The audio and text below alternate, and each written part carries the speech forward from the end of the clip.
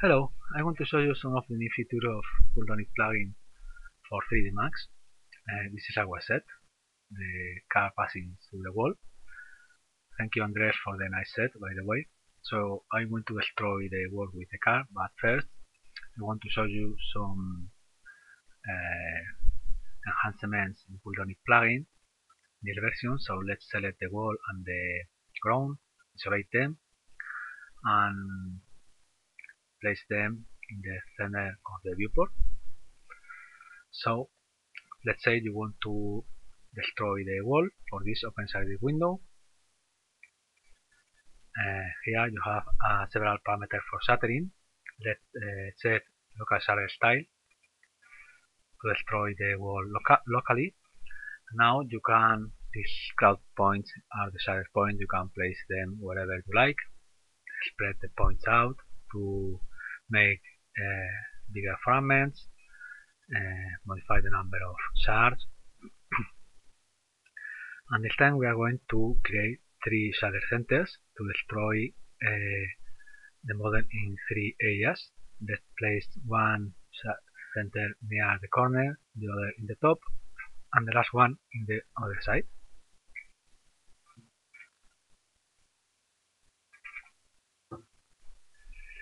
And now let's increase the number of shards about 130 and reduce the width to make the fragment smaller. So these are our shutter points. Now you should click on Share It button to start the shuttering process, but notice the model is made of small bricks attached together. If you want to detect it with shuttering, you have to check this option, detect mesh groups, to make the plugin to recognize the bricks in dynamics, in shuttering. So check this option and click on Share It button. Now Pulldownit plugin is starting to shatter the model.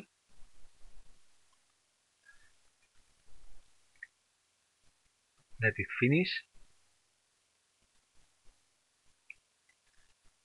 and check the result. Here we are. So you can see there are small fragments in the areas I wanted. So let's go to create a fracture body to destroy it. First, notice also all the bricks has been detached because we set this option, so they will break also in dynamics. Perfect. So click on create fracture body. This is our selection of fragments. You can rename it if you like. Just click on OK. Fracture body has been created, and now let's set some fracture parameters for destroying the model. Switch on extended view. Better to set the object color to see clearly the distribution of hardness. The white areas are easy to break and blue areas are more solid. Let's reduce cluster parameter to let only small areas to break, so we have our small debris in the cluster as weaker, and also those long cracks along the surface. Looks nice to me. So let's now set other options, set it as statics because we don't want it to start moving, and also activation only breaks because we don't want to collapse the wall completely, only damage it locally. And now we need something to hit the wall and break it, but this time we are going to use adaptive fractures and create cluster and make them explode. So select any previous version. For creating cluster, you have to select them in the viewport, and it's easy to miss some fragments when doing in this way. So in this version you have this new button, increase selection. Just by selecting any of the fragments, it grows the selection with neighboring objects. So click on create cluster. Cluster has been created. Reduce hardness because we want to destroy it completely, and set break energy above 50. to make it explode and set the frame at which we want to start breaking, frame 5 in this case. Let's make the same with the second area. Select any of the fragments, click on increase selection, the selection grow. You can remove the fragments you don't like by pressing Alt key with the left mouse button. Now, when you are happy with the selection, click on Create Cluster. New cluster has been created. And now you can rename it as you like, and set hardness to 0, break energy around 50 to make it explode a little, and set the breakable frame this time 25. Let's make the same with the last cluster. Select any of the fragments in the viewport. Click on increase selection until you are happy with the number of fragments selected. Remove any fragments if you don't like it with the Alt key. And let's create a new cluster, set hardness to 0, break energy about 50 units, and set frame to break, in this case 35. So at this point we have created 3 clusters, one break at frame 5, the other second breaks start breaking at frame 25, and the last one start breaking at frame 35. So let's switch off Stressor View and start computing dynamics with this setting. In this in simulation option, make sure you have set use grid as ground and base keys.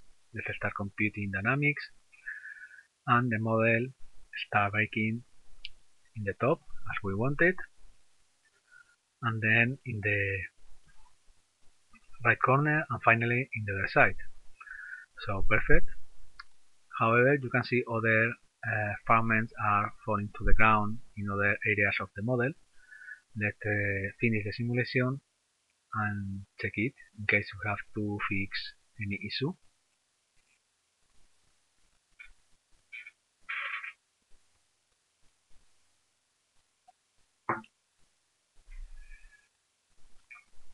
Okay, it's finished. Let's play the simulation, and the wall is breaking as I wanted, but there are some fragments moving, breaking as well. Maybe you like it, maybe not, but let's check them, and I want to show you how to fix this kind of issues if you need to. So let's select the fragment we don't like to move. Reset the simulation. Open basic factors window. Switch on Stressor View, and you can see the fragments are white color. That means they are very weak, very easy to detach. To fix this, you can do it also using advanced factors. Select fragments you don't want to move at all, those one, and also just in case, let's select those fragments nearby as well. Select them in the viewport and just click on set static. Data black, that means the fragments shouldn't move, shouldn't break in dynamics. Switch off Stressor View, reset the simulation, and let's start computing again. So the model starts breaking in the top as I wanted, then in this corner, and then in the other side. But the fragments which were falling to the ground in the previous simulation now are standing, doesn't move. So we have fixed the issue. Let's compute a few more frame and check it. Play the simulation. So perfect. We have got our wall breaking locally, exactly in the places we wanted. Let's set materials to see it with the simulation with the materials applied. So it's as easy as this to destroy to damage locally models with this version of Pulldownit in 3D Max. Let's stop this and destroy delete the factor body because we don't need it anymore, and go back to complete view to start destroying the wall with the classic car. I'm going to use the car itself for shattering the model, so place it in the middle of the wall, open shaded window, this time select Uniform Shader Style, and check this option, this volume shape, and select the car itself for shattering the model. Select any of the brick and click on preview. Now you can see the shader points appears only in the area around the car model. Set the number of shards about, I think, 200, and let's shader the model. Make sure detect mesh group is selected as we did before, and click on shader it. Now Pulldownit is reshattering the model, adding many fragments around the car, and also adding the small fragment we created before in the top and the corners, as you can see in the viewport as blue dots. So here we are, the wall is shattered, and you can see there are more fragments, much more fragments in the impact area with the car.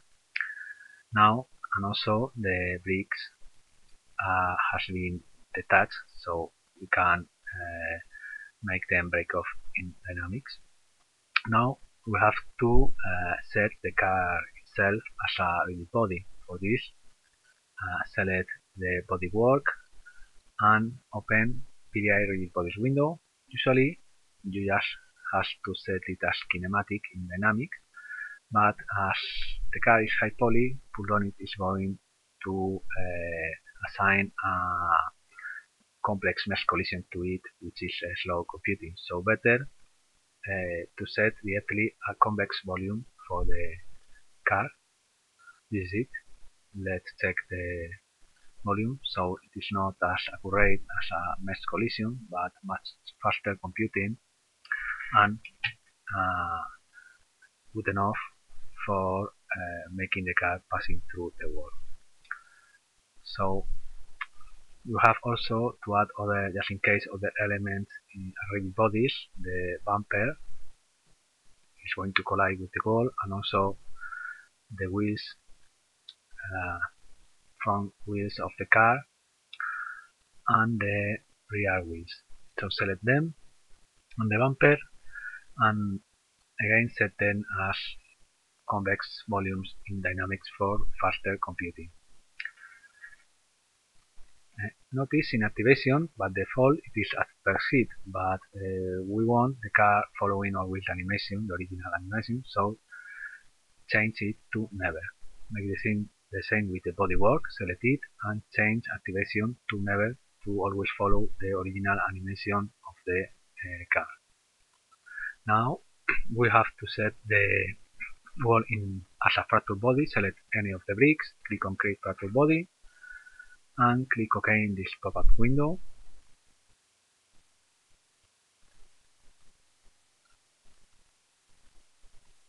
Okay, the fracture body has been created. Let's check the parameters. It is set as static, activation only breaks, hardness 100, so I think it's fine. Don't make any changes, and let's start computing dynamics.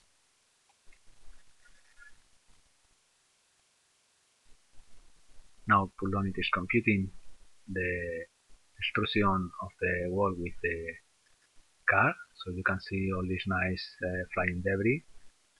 Let it compute more frames and check it, fix issues if needed.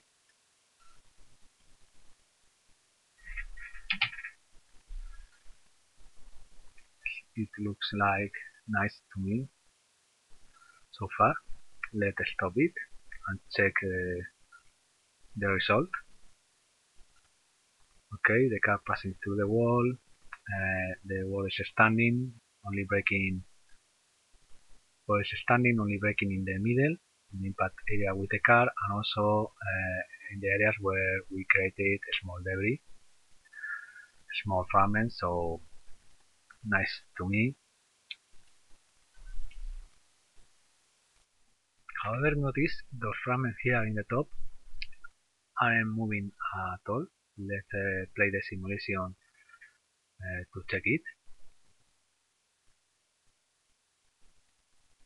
So the wall is breaking nicely, but those fragments doesn't move at all. I think this is not very realistic, so I'm going to add those fragments in dynamics, making them breaking as well.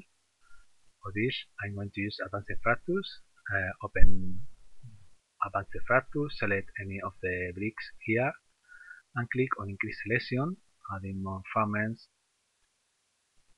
and finally add a few more fragments directly in the viewport, selecting them to create our cluster to make it collapse. So this is our selection. Now let's create a cluster, and as we did before, set hardness to 0 to make it break completely, and set some break energy. This time the fragments are bigger, so add more energy like 200. And finally set the frame at which we want it to start breaking off. I think frame 33 is fine. So let's compute again the simulation with these changes.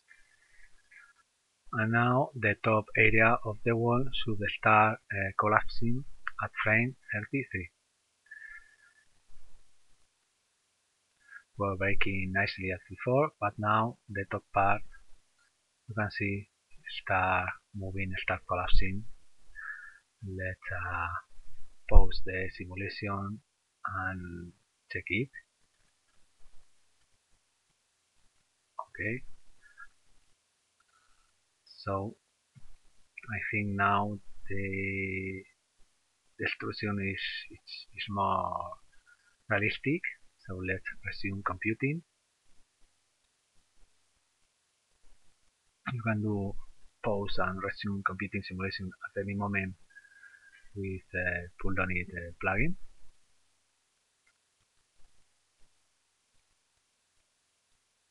So here we are. Let's check the result. I think more believable now. So I'm happy with the simulation.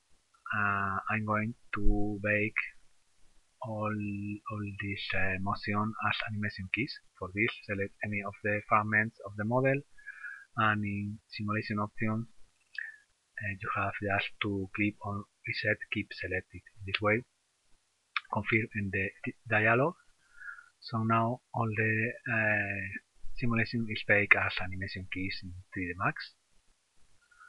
Here we are. You can go back and forth, and all moving fragments has now animation keys. Let's select any moving fragment to see it. Okay, the keys are there, and you can edit the animation keys, retiming, whatever is with your workflow with animation keys.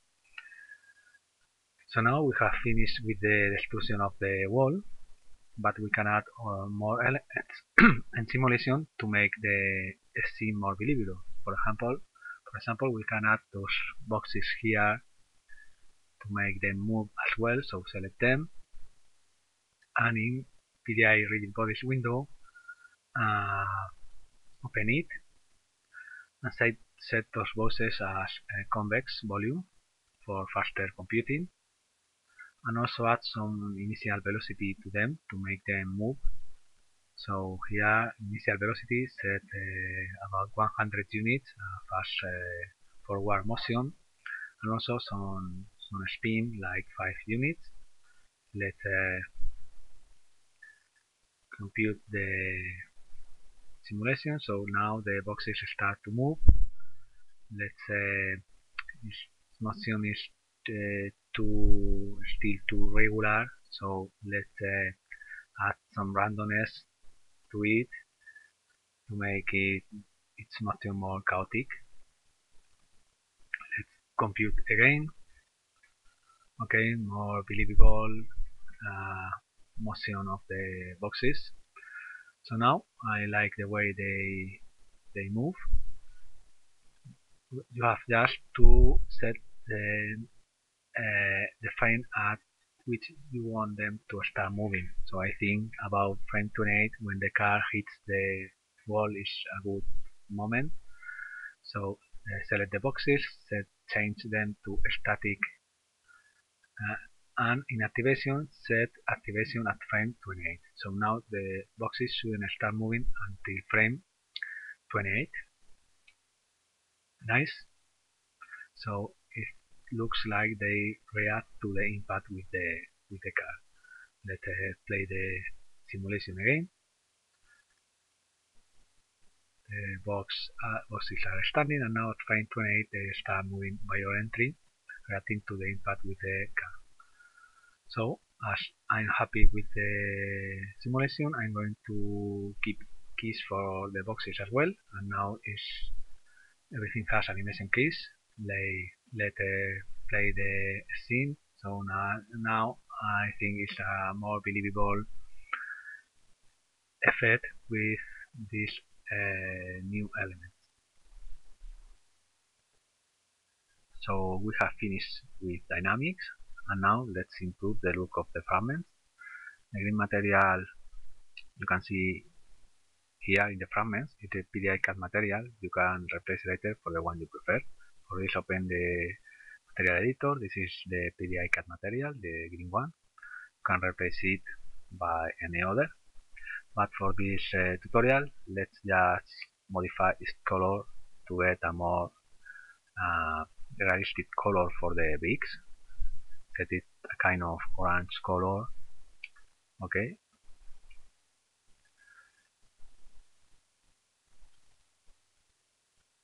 So now let's this is a new color, and you can play the scene, and you can see all fragments has changed its material. Now it's more believable. But however, let's stop this. You can see the fragments are very flat, polygonal. It is very easy to improve the look of the fragment with Pulldownit using adding jagginess. For this, let's open PDI jagginess window. This is the PDI jagginess. You have just to select any of the fragments and usually click on add jagginess. But in this case, look at the scene. Notice most of the bricks aren't moving at all. They aren't breaking, so it doesn't make sense to apply jagginess to all of them. So I'm going to choose apply to broken fragments only. In this way, the scene is going to be lighter for either before playback or rendering. So now it is applying jagginess, and now all fragments are has rough look, not flat anymore. Let's isolate this one. You can see it is a rough look of the fragment. So it's easy and this to apply jagginess, and you can modify it in the viewport until you get the look you want for your fragments. Increases it a lot or reduce it.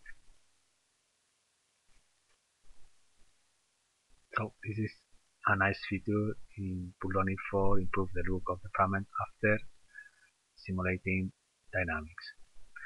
Let's play the final result with the jagginess applied. Okay, looks nice. Of course, you can continue adding more elements in dynamics if you like. It's exactly the same process I did with the boxes. So once you have finished with Pulldownit extrusion, you'll probably have to add more effects like emit debris or smoke from fragments. So we don't need PD read bodies anymore in the scene. Let's delete them. For doing this, you have to do it in the PDI Manage window. Here in the icon with the broom. This is a PDI Manage window, you can see there are still rigid bodies on the scene. In the statistic there are 5 rigid bodies exactly, so let's delete them. You can do it here in delete all PI bodies, but in case you want to check them before removing, it is very easy. You have to click on remove all. Now the rigid bodies change of list, and here click twice in hide show, and all the rigid bodies still on the scene are selected, and you can check them. So let's go. These are the rigid bodies we used to impact the car with the wall, so let's delete them. Now the scene is clean of rigid bodies, but there are still modifiers or dependencies. You can delete all of them by clicking here in delete all PD entities, and you let a standard 3D Max scene with animation keys. So now probably you can start emitting fragments with your particle solver directly from fragments, but usually you want to do it in a better way by generating a catch file for all the bricks together. If you try, usually this is using an Alembic file. If you try to export it using the Alembic 3D Max exporter, here it is Alembic ABC file. It is going to generate a single node for each fragment, which is not exactly what you want, so doesn't work. Let's close it. So for this you can use the Pulldownit Alembic exporter. It's here in the ABC icon. ABC stands for Alembic. So this is our selection of fragments. Just by selecting one, all the shutter group is selected. It comes with some export option. You can select the folder to export, the name of the file by default is the name of the shutter group, and here some useful options. You can choose to export only animated fragments. So here in the wall most of the bricks doesn't move, so it doesn't make sense to export them from each fragment particle from them. So let's check animate nodes only, and also you can skip jagginess because it is usually not need to emit particles from faces. So you can skip it and make the file lighter.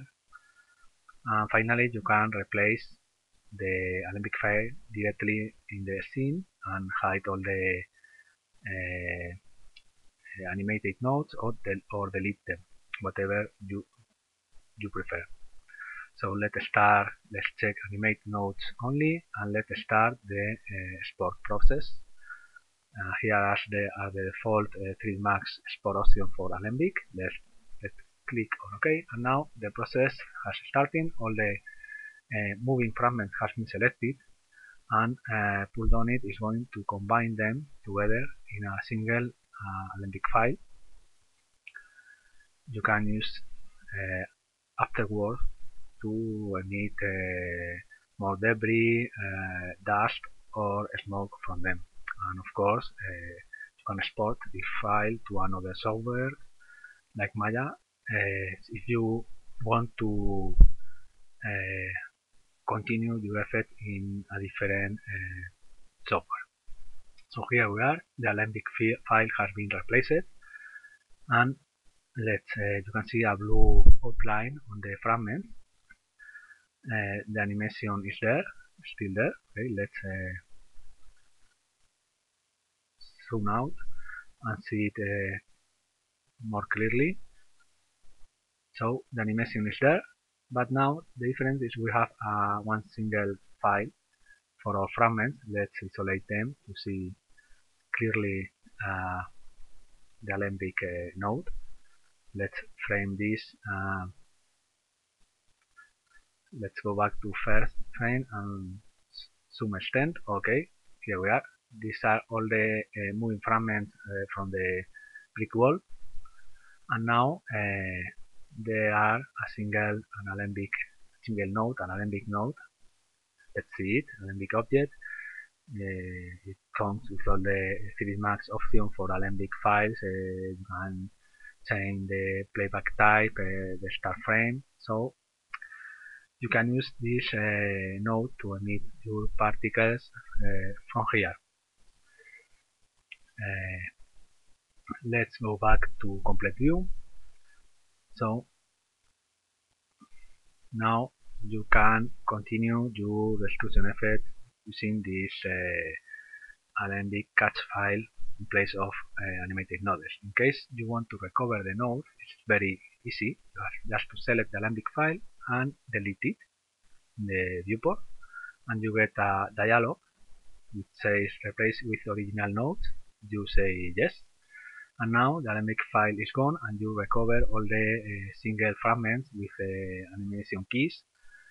So if you need to recover them for any reason, modify the animation of any fragment, you can do it very easily.